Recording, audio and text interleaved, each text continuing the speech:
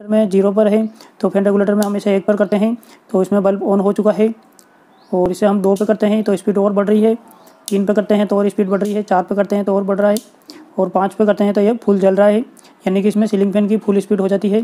दोस्तों 2 वे स्विच का यूज़ अधिकतर सीढ़ियों के यहाँ पर किया जाता है, जिसमें कि 2 2 वे स्विच और एक बल्ब होल्डर लगाते हैं, जिसमें कि 2 जगह से एक बल्ब को ऑन ऑफ कर सकते हैं। और इसी तरह से हम 2 2 वे स्विच से एक सीलिंग फैन का भी कनेक्शन कर सकते हैं, जिसमें कि 2 2 वे स्विच और एक फैन रेगुलेटर की वायरिंग करनी होती है, जिससे कि हम 2 अलग अलग जगह से सीलिंग फैन को ऑन ऑफ कर सकते हैं और फैन रेगुलेटर से सीलिंग फैन की स्पीड को कंट्रोल कर सकते हैं। तो आज के वीडियो में हम बात करने वाले हैं कि सीलिंग फैन का 2 2 वे स्विच से कनेक्शन कैसे करते हैं, जिसमें कि 2 2 वे स्विच और एक फैन रेगुलेटर है। तो इनमें वायरिंग कैसे करते हैं, इन सभी के बारे में जानेंगे। तो वीडियो को लास्ट तक जरूर देखना, और वीडियो पसंद आए तो वीडियो को लाइक जरूर करना, और चैनल को अभी तक सब्सक्राइब नहीं किया तो चैनल को सब्सक्राइब जरूर कर लेना। तो चलिए स्टार्ट करते हैं। तो दोस्तों 2 वे स्विच की सीलिंग फैन में वायरिंग करने के लिए हमारे पास है ये 2 2 वे स्विच, और यह है एक फैन रेगुलेटर, जिसमें कि हम 2 जगह से सीलिंग फैन को ऑन ऑफ कर सकते हैं, दोनों 2 वे स्विच से, और एक जगह से फैन रेगुलेटर से सीलिंग फैन की स्पीड को हम कंट्रोल कर सकते हैं। तो हमें वायरिंग करनी है 2 2 वे स्विच और एक फैन रेगुलेटर की। तो हम इसमें पहले दोनों 2 वे स्विच की वायरिंग कर लेते हैं। तो इसमें हमारे पास ये रेड कलर का वायर है, जिसे कि हम इस तरह से कनेक्ट कर लेते हैं इन दोनों स्विच के ऊपर वाले टर्मिनल से।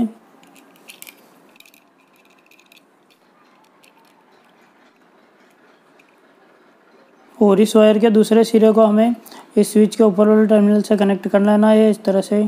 तो इस तरह से इन दोनों स्विच के ऊपर वाले टर्मिनल से एक वायर कनेक्ट हो चुका है, और इसी तरह से हम दोनों स्विच के नीचे वाले टर्मिनल से भी इस तरह से वायर कनेक्ट कर लेते हैं। तो इस तरह से हमें इन दोनों स्विच के ऊपर साइड और नीचे साइड वाले दोनों टर्मिनल से वायर कनेक्ट कर लेना है। और उसके बाद इसमें दोनों स्विच के बीच वाला टर्मिनल है, इन दोनों स्विच के बीच वाले टर्मिनल में से किसी भी एक स्विच के बीच वाले टर्मिनल में हमें फेस का वायर कनेक्ट करना है। तो हम अभी इस स्विच के बीच वाले टर्मिनल से फेस का वायर कनेक्ट कर लेते हैं, और इस स्विच के बीच वाले टर्मिनल से हम फैन रेगुलेटर के एक वायर को कनेक्ट कर लेते हैं। यदि आप इस स्विच के बीच वाले टर्मिनल से फेस का वायर कनेक्ट करते हैं तो इस स्विच के बीच वाले टर्मिनल से फैन रेगुलेटर का वायर कनेक्ट कर लेना है। तो इसमें यह फैन रेगुलेटर के 2 वायर हैं, जिनमें से हमें कोई सा भी एक वायर स्विच के बीच वाले टर्मिनल से कनेक्ट करना है। तो हम इसमें एक वायर लेते हैं और इस स्विच के बीच वाले टर्मिनल से वायर कनेक्ट कर लेते हैं। तो इस तरह से इस स्विच के बीच वाला टर्मिनल से फैन रेगुलेटर का एक वायर कनेक्ट हो चुका है, और इस स्विच के साथ में फैन रेगुलेटर का वायर कनेक्ट हुआ है।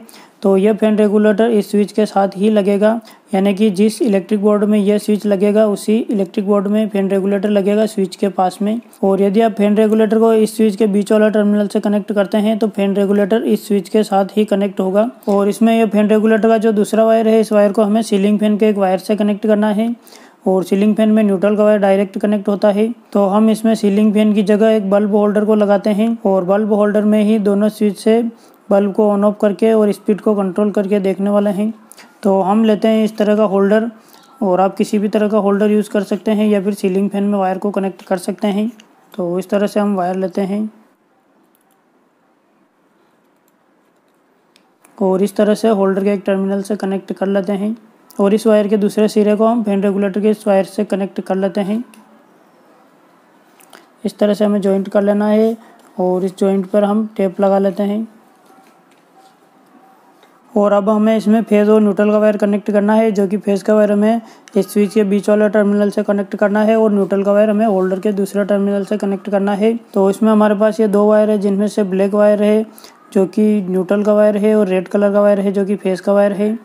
तो हम इसमें फेज का वायर इस स्विच के बीच वाले टर्मिनल से कनेक्ट करते हैं, और न्यूट्रल को डायरेक्ट होल्डर से कनेक्ट कर लेते हैं। तो दोस्तों इस तरह से इसमें 2 2 वे स्विच और एक फैन रेगुलेटर की वायरिंग कंप्लीट हो चुकी है, जो कि सीलिंग फैन की वायरिंग कंप्लीट हो गई है। और अब हम इसमें स्विच को सीधा कर लेते हैं, और होल्डर में बल्ब को लगा लेते हैं, और इसमें सप्लाई को ऑन करके इसे चेक करके देख लेते हैं। तो दोस्तों इसमें हमने स्विच को सीधा कर दिया है, और बल्ब होल्डर में बल्ब को लगा दिया है, और इसमें सप्लाई को भी ऑन कर दी है। और अब हम इसे ऑन करके देख लेते हैं। और इसे हम ऑन करते हैं तो हम इस स्विच से यदि इसे ऑन करते हैं तो इसमें बल्ब नहीं जल रहा है, और फैन रेगुलेटर में 0 पर है। तो फैन रेगुलेटर में हम इसे 1 पर करते हैं तो इसमें बल्ब ऑन हो चुका है। और इसे हम 2 पे करते हैं तो स्पीड और बढ़ रही है, 3 पे करते हैं तो और स्पीड बढ़ रही है, 4 पे करते हैं तो और बढ़ रहा है, और 5 पे करते हैं तो ये फुल जल रहा है, यानी कि इसमें सीलिंग फैन की फुल स्पीड हो जाती है। और यदि हम इसे कम करते हैं तो इसमें 4 पे करते हैं तो इसमें बल्ब अभी कम जल रहा है, और 3 पे करते हैं तो और कम जल रहा है, यानी कि सीलिंग फैन की इससे स्पीड भी कम होती रहती है। और हम एक साइड से यानी कि इस स्विच से इसे ऑन कर सकते हैं और इस स्विच से इसे ऑफ कर सकते हैं।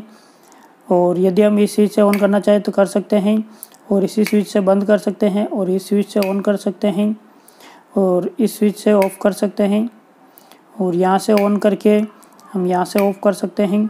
यानी कि हम इसमें दोनों स्विच से सीलिंग फैन को ऑन ऑफ कर सकते हैं, और फैन रेगुलेटर से सीलिंग फैन की हम स्पीड को कंट्रोल कर सकते हैं। और यदि इस तरह की 2 टू वे स्विच और फैन रेगुलेटर की सीलिंग फैन की वायरिंग यदि हम बेडरूम में करते हैं तो उसमें यह जो स्विच है यह मेन इलेक्ट्रिक बोर्ड में लगेगा, जो कि गेट के पास में लगा हुआ होता है, और यह स्विच और यह फैन रेगुलेटर है जो कि बेड के पास में जो बोर्ड लगा हुआ होता है उसमें लगे रहते हैं। तो दोस्तों इस तरह से 2 टू वे स्विच और एक फैन रेगुलेटर से सीलिंग फैन की वायरिंग आप खुद भी कर सकते हैं। तो आज के वीडियो में इतना ही, और इलेक्ट्रिकल से संबंधित या हाउस वायरिंग से संबंधित और भी कुछ पूछना हो तो आप मुझे कमेंट करके ज़रूर पूछ लेना।